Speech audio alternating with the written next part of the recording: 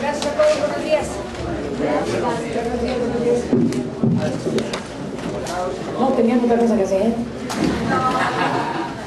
Gracias a todos, bienvenidos, buenos días, gracias de verdad por estar aquí en este momento donde pues me permitiré leer un texto que decidí escribir, entre otras cosas, para dar respuesta a muchos comentarios que amablemente se han expresado en diferentes medios de comunicación, para dar respuesta a muchas personas que se han manifestado a través de las redes sociales, a través de manifestaciones, a las personas que están allá afuera que no cupieron, porque tenía que contar precisamente lo sucedido en la semana pasada. Pues me permitiré dar lectura a este.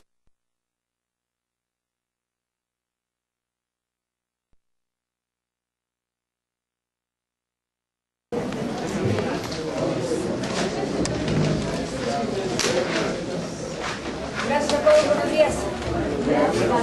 Buenos días. No, tenían otra cosa que hacer. Gracias a todos, bienvenidos, buenos días, gracias de verdad por estar aquí en este momento donde pues me permitiré leer un texto que decidí escribir, entre otras cosas, para dar respuesta a muchos comentarios que amablemente se han expresado en diferentes medios de comunicación, para dar respuesta a muchas personas que se han manifestado a través de las redes sociales, a través de manifestaciones, a las personas que están allá afuera que no cupieron, porque tenía que contar precisamente lo sucedido en el fin de semana pasado en Noticias MBS. Dicho lo cual, pues me permitiré dar lectura a este escrito para asumir una postura pública sobre mi despedida del noticiero matutino de Noticias MBS ocurrida este fin de semana. Sé que les va a parecer paradójico, pero lo van a entender al final. Ojalá que al final de la lectura pues no quedara alguna interrogante abierta, y si lo hubiera, pues de hablar. El tema de las preguntas es uno de los temas principales en esta presentación. Ojalá que cerrara la lectura y que quedara comprendido precisamente el sentido de este pronunciamiento. Así que me permitiré pues a dar lectura a este texto escrito para asumir esta postura pública sobre mi despedida del noticiero matutino de Noticias MBS ocurrida este fin de semana. Asunto que ha generado múltiples muestras de solidaridad ha generado múltiples muestras de solidaridad que desde aquí agradezco. Este es un suceso que, si bien afecta a la vida profesional y laboral de un grupo de personas, entre las que me incluyo, tiene una trascendencia mayor a ese mero alcance limitado. Sobre lo que me quiero pronunciar es sobre el alcance mayor de este evento, que impacta de diversas maneras a la sociedad mexicana. Una sociedad que en estos días y horas ha dado muestras de determinación y capacidad de respuesta frente a un hecho que le agravia y lesiona sus derechos fundamentales. La vigorosa, fuerte y decidida voz de miles de personas en las redes sociales, Twitter, Facebook, otras modalidades, y las manifestaciones en las calles son en sí mismas un gran acontecimiento. La gran noticia de que estamos vivos, de que los mexicanos, a pesar de la espiral de violencia, muerte y horror que nos acompaña todos los días, estamos aquí para reconocernos en el espejo y luchar por un México mejor. Agradezco todas estas expresiones y celebro aquí entusiasmada su existencia y el signo vital que las acompaña.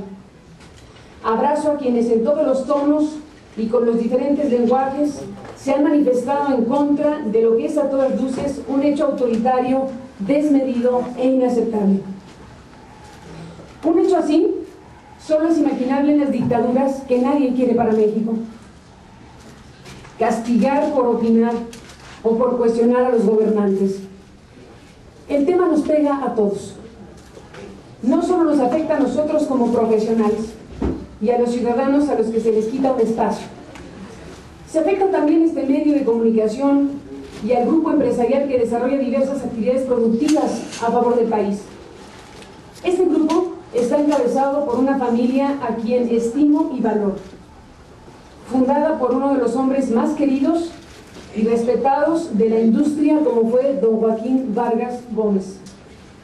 Lamento sinceramente que sus nombres están siendo acribillados con insultos en las redes sociales por la decisión tomada. Tenemos que preguntarnos, ¿por qué sucedió esto? ¿Y cómo fueron las cosas?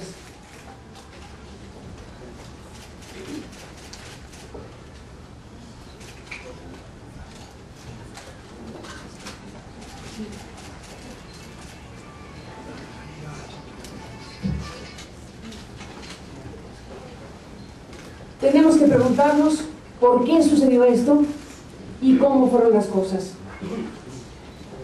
El pasado viernes 4 de febrero, en mi libre derecho a la expresión, formulé un comentario editorial que aludía a un incontrovertible hecho noticioso. A raíz de lo ocurrido en la Cámara de Diputados el día anterior, cuando un grupo de legisladores exhibió una manta con la foto de Felipe Calderón con los ojos enrojecidos en la que se leía: ¿tú dejarías a un borracho conducir tu auto? No, ¿verdad? ¿Y por qué lo dejas conducir al país? Naturalmente se produjo una gran rispidez que orilló a suspender la sesión en el recinto legislativo. Había ahí ya una historia que contar a nuestras audiencias. Mi compañero Omar Aguilar presentó con gran profesionalismo ese hecho noticioso con pulcritud, con claridad y con suficiencia. Jamás ocultó ni la manta, ni el contenido de la manta, ni a los autores de la manta. No truqueó nada para que los televidentes y los escuchas no se enteraran de lo que decía la manta. No trampeó con nadie y presentó al público, como el público merecía, todas las expresiones que en diferentes sentidos se emitieron al respecto. Nuestro auditorio quedó perfectamente informado del acontecimiento y con elementos suficientes para hacer su propia valoración de las cosas. La información presentada me sirvió a mí de base para formular el citado comentario editorial. Dejemos a un lado la caricatura, dije. Tomemos el asunto con seriedad. E hice algunas otras consideraciones y terminé con un cuestionamiento formal a las autoridades. ¿Tiene o no problemas de alcoholismo el presidente de la República? Ya, fotos. Yo no tengo manera de corroborarlo, pero si fuera el caso sería algo delicado que deberíamos saber. No hay nada de ofensivo en la interrogante, especialmente si se trata de algo que de existir afectaría por su naturaleza la toma de decisiones que impactan en todo momento a millones de personas en el país. El comentario editorial cerraba diciendo que el tema, y dada su exposición pública a través de la manta de los legisladores, merecía una respuesta seria, formal y oficial de la propia Presidencia de la República. La Presidencia no respondió a la periodista. De inmediato exigió a los dueños, que no a la periodista, una disculpa pública inmediata por la tremenda osadía. Demostró con ello un grado de irritabilidad e intolerancia que por sí mismas hablan de algún tipo de problemática, que por supuesto también debe ser analizada. Reconozco que el cuestionamiento era duro, pero de ningún modo injurioso o difamatorio. Tampoco se transgredía ningún código de ética que ha sido aludido. Señora, deje grabar, porque es que era simple y llanamente la formulación de una pregunta válida, pregunta hecha por una periodista cuya intención quedaba perfectamente delimitada. El estado de salud y grado de equilibrio de un mandatario, por supuesto que es un asunto de claro interés público. La sociedad mexicana tiene derecho a saber con certeza, sin ofensas, sin caricaturizaciones, sobre las condiciones de salud de quien ha tomado y seguirá tomando todos los días decisiones gravísimas que impactan sobre el destino de una nación. Y vaya que se ha impactado el destino de la nación las decisiones tomadas desde Los Pinos en este sexenio. El motivo de mi despedida, se dijo, fue haberme negado a ofrecer una disculpa y haber transgredido el código de ética de la empresa, cosa que es falsa y se convirtió solo en una coartada. En este momento, no solo no rectifico, Ni me disculpo porque no hay nada que disculpar, sino por el contrario, ratifico la pertinencia de que la Presidencia de la República se manifieste al respecto.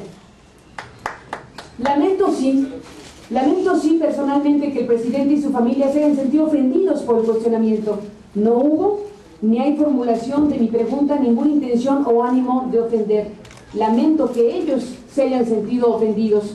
Es claro que así ocurrió, pero aún así la pregunta sigue vigente. El ejercicio del poder hace que las figuras públicas sean sujetas a escrutinios e interrogantes a las que no estarían sujetas otras personas por razón precisamente de sus responsabilidades y del impacto de sus decisiones. En una democracia, esto forma parte del juego. ¿No tuvo Bill Clinton que hablar de semen depositado en el vestido azul de una muchacha ante una audiencia de millones de personas? ¿No acaso el estado de salud de Dilma Rousseff fue motivo de debate público antes de llegar a ser la presidenta que es? ¿Acaso no son las francachelas y excesos de Silvio Berlusconi materia de debate nacional? ¿Por qué en México los empresarios de los medios pueden ser sometidos a presiones indebidas para que silencien a los comunicadores? ¿Por qué la sociedad mexicana se tiene que conformar con una sola visión de las cosas? ¿Por qué fatalmente tenemos que vivir con la existencia de un duopolio televisivo que no solo envilece las pantallas con programas denigrantes y nocivos como los de reciente estreno, sino que es ya en sí mismo un poder que ha dañado la vida democrática nacional?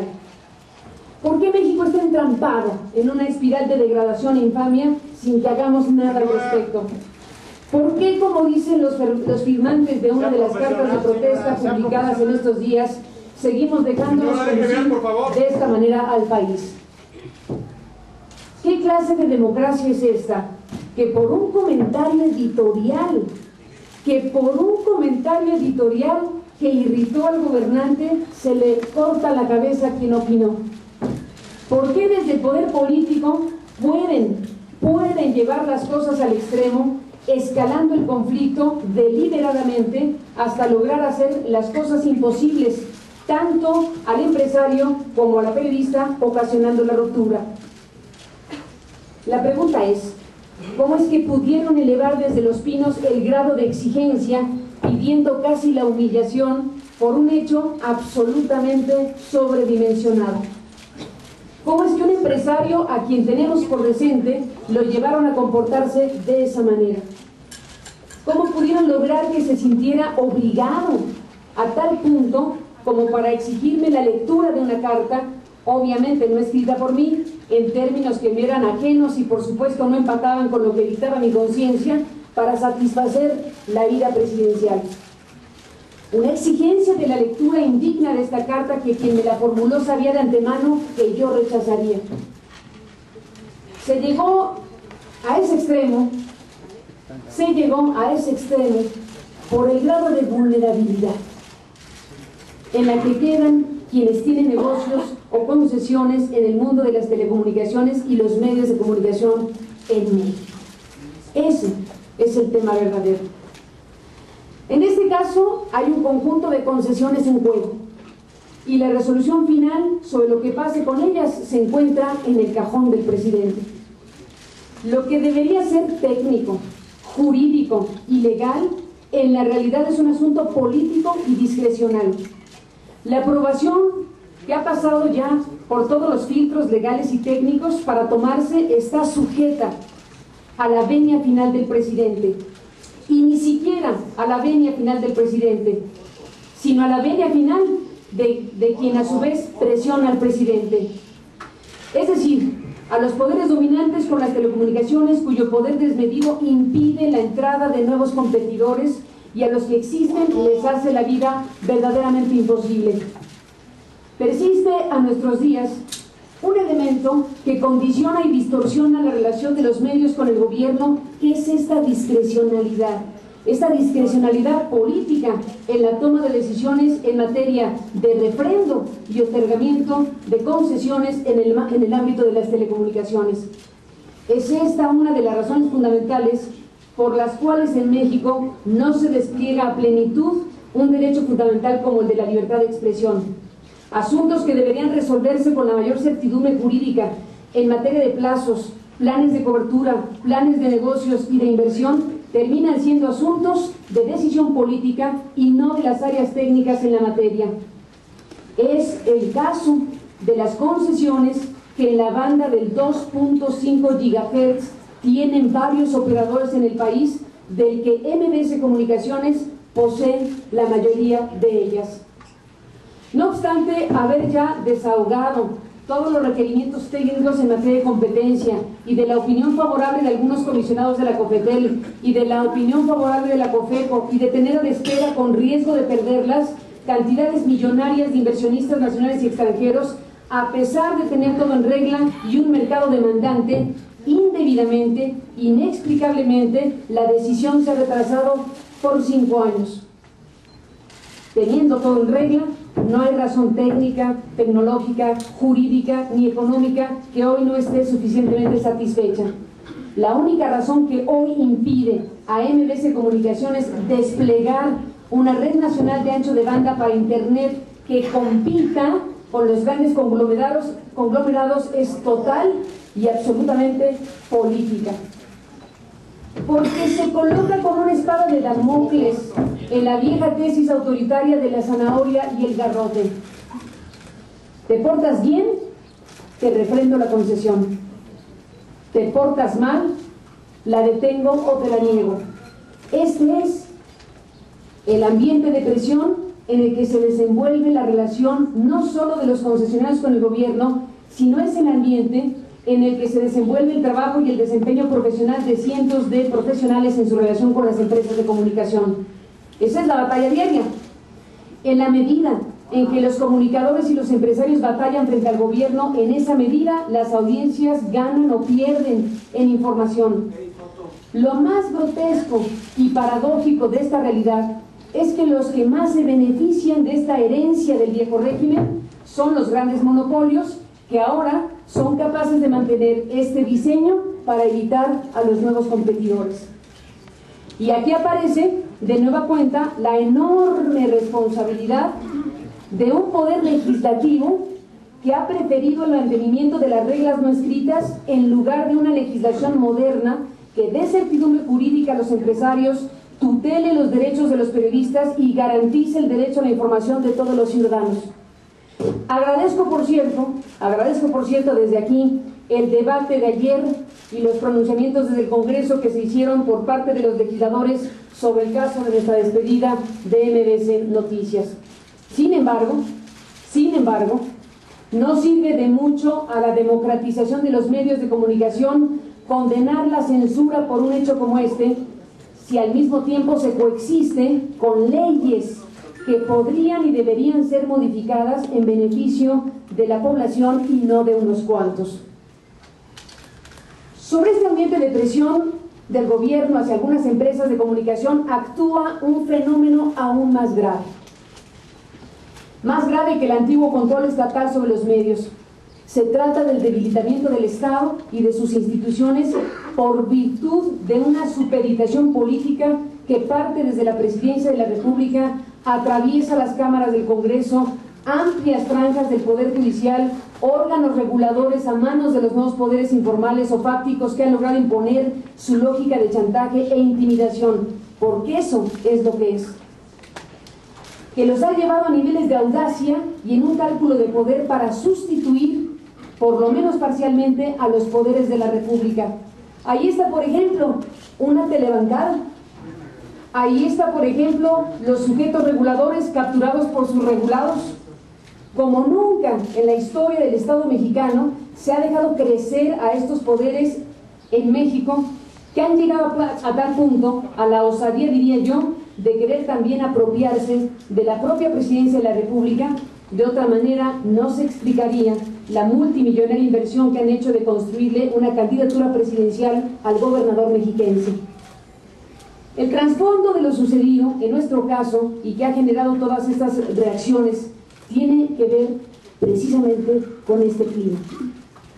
Por esa razón es que una empresa decide, en sentido contrario de sus intereses, cancelar en el momento de mayor expansión, de mayor prestigio, de mayor influencia, un espacio de información crítica, de debate y de opinión que ha sido valorado por los anunciantes y sus audiencias. Por eso toma una decisión suicida. Como tantas otras, esta es una empresa sometida indebidamente a una presión incompatible con un régimen democrático y con un Estado de Derecho. Mientras no cambiemos las estructuras que están en la base de esta relación insana, los espacios con influencia críticas se ven permanentemente hostilizados y en conjunto los medios de comunicación terminan por estandarizar o uniformar sus coberturas informativas. Se achata la libre expresión, se merma el debate, se inhibe la conducta crítica.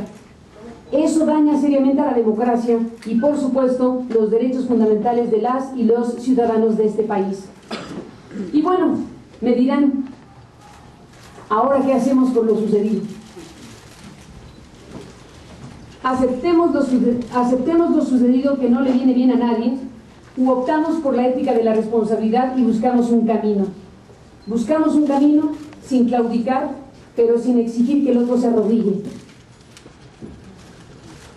Joaquín Vargas sabe perfectamente que yo no infringí ningún código de ética. Sabe lo que sucedió, sabe que fue una coartada, sabe porque lo sufre todos los días de las razones verdaderas que están detrás de esta decisión que está a punto de costarnos la cabeza. Y digo a punto porque voy a plantearle una salida digna, decorosa e inteligente. Ya sabrá si la toma. Joaquín sabe como pocos de lo que estoy hablando. Le digo a MBS que no le demos gusto a los que saborean este fracaso. Lo sucedido entre el viernes y el fin de semana entre Los Pinos, nuestras oficinas, no sé si también en otras, la destilería y el Meridien, es algo que no se merece nadie, que nos daña a todos y que para lo único que va a servir es para el desahogo absurdo de un berrinche presidencial y para el beneplácito de los que prefieren que nadie compita, que nadie cuestione o que se cuestione poquito. No se lo merece un grupo de profesionales que estaba haciendo su trabajo, que se ve brutalmente interrumpido. No se lo merecen, por supuesto, las audiencias. No se lo merece la familia Vargas, porque han sido colocados en una disyuntiva perversa en donde tienen que calibrar como grupo empresarial qué les cuesta más frente al gobierno y poderes que lo presionan, si la cabeza de Aristegui o la banda de los 2.5 GHz. No se lo merece el país. La Asociación Mexicana de Derecho a la Información, la AMEDI, a la que pertenezco y preside el maestro Raúl Trejo del Arre, ha dicho que la salida nuestra del aire es una pésima noticia para la sociedad mexicana. La decisión tomada es desafortunada para todos. Pierde MBS, cuya independencia editorial queda en entredicho debido a la suspensión de este espacio. Pierde la periodista y su audiencia. Pierde la presidencia de la República, de donde surgieron las exigencias para que Aristegui se disculpara por el comentario que hizo el viernes 4 de febrero. AMEDI exigió a la presidencia que con hechos, y específicamente en este caso, garantice el derecho a la libertad de expresión, así como el derecho de los ciudadanos a la información. Solicitó a MBS que reconsidere el despido de la periodista. Y es exactamente lo mismo que solicito a ellos ahora desde aquí. El país no está más para seguir perdiendo los espacios que hemos ganado. El país no está para que se nos sigan regateando los derechos que nos pertenecen. México atraviesa por un momento crítico.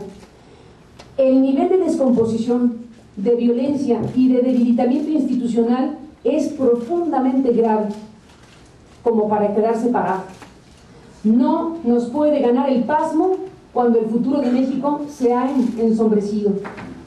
Nos necesitamos informados, en alerta, críticos. No nos podemos dar el lujo de tirar por la borda lo ganado. ¿A cuenta de qué lo justificaríamos? Nuestra transición democrática ha adquirido un cariz trágico. Los niveles de violencia, de descomposición y de degradación de la vida pública están llegando a niveles de escándalo. La clase política mexicana, que no ha estado a la altura de los retos y los desafíos nacionales, parece no darse cuenta del avance de estos nuevos fenómenos de poder que han carcomido y debilitado como nunca sus estructuras. Dejamos que sigan avanzando sin contraponer una fuerza social que por lo menos los identifique, los discuta, los analice, los denuncie.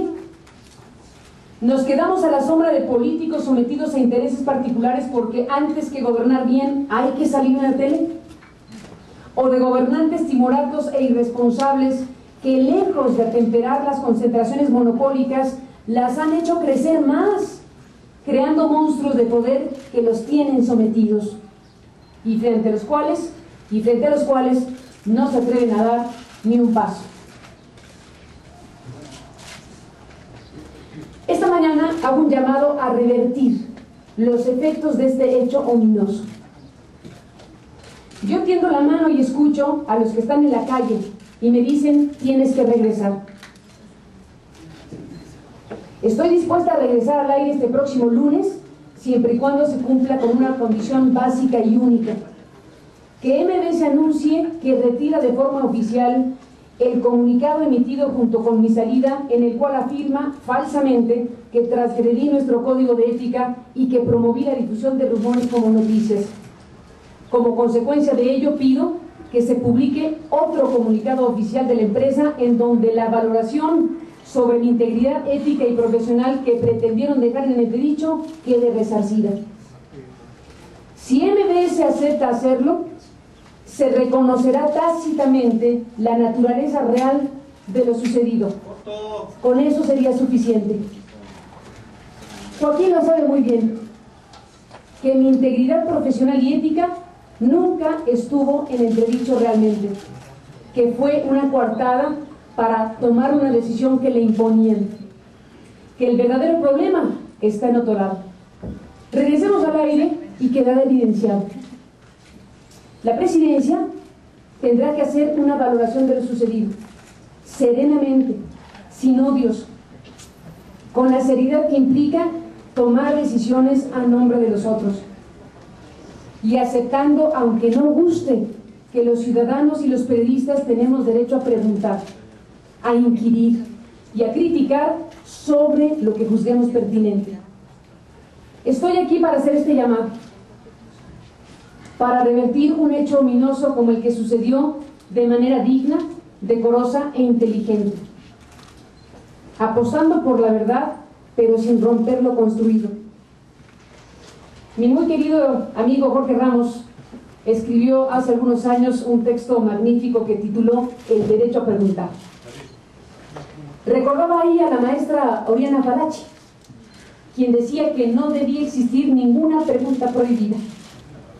Todo se puede preguntar, con mayor razón si se trata de preguntar a gente con poder. Jorge contaba también de una entrevista realizada al presidente Vicente Fox. Había interrogantes en el ambiente de por qué aparecía desanimado, sin ímpetu, sin grandes propuestas. El periodista le preguntó al mandatario, sin con ello alimentar rumores, sino tratar de clarificarlos: ¿toma Prozac?, le preguntó. Fox miró al periodista y contestó simplemente: no. Por supuesto que no le gustó la pregunta, pero la contestó. Tal como escribía Ramos, no hay pregunta prohibida, no hay pregunta tonta, y cuando surge la oportunidad hay que hacerla, aunque sea la última vez. A partir de aquí cierro mi comentario, no agregaría más, porque el planteamiento está formulado y lo que resta es esperar una respuesta. Muchas gracias a todos.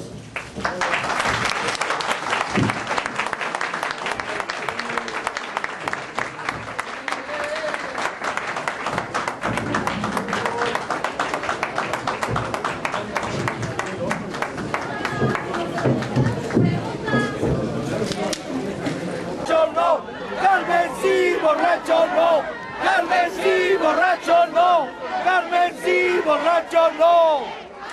está tu gente. Carmen Valiente, aquí está tu gente. Carmen Valiente, aquí está tu gente. Carmen Valiente, aquí está tu gente. Carmen Valiente, aquí está tu gente.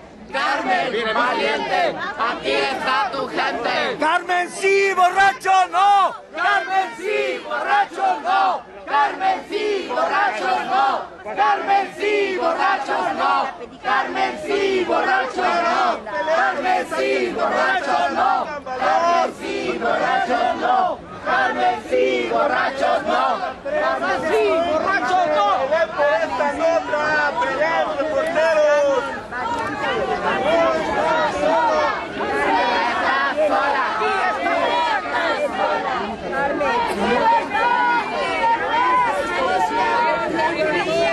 Hay que pelear por la nota. ¡Viva la libertad! Carmen sí, borracho no. Carmen sí, borracho no. Carmen sí, borracho no. Pero es que entiende que también ellos son empleados, son sistemas de tiempo. Carmen sí, borracho no. Carmen sí, borracho no. Salón. ¡Viva Carmen Aristegui! ¡Viva! ¡Fuera Felipe Calderón! ¡Fuera Calderón! ¡Fuera Calderón! ¡Fuera Calderón! ¡Fuera Calderón! ¡Fuera Calderón! ¡Fuera Calderón! ¡Fuera Calderón! ¡Fuera Calderón! ¡Fuera Calderón! ¡Fuera Calderón!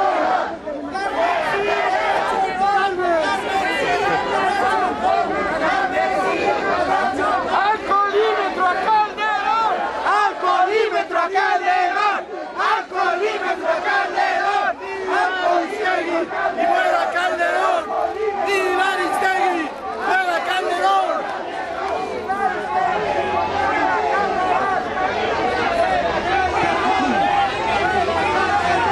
De expresión, libertad de expresión, libertad de expresión.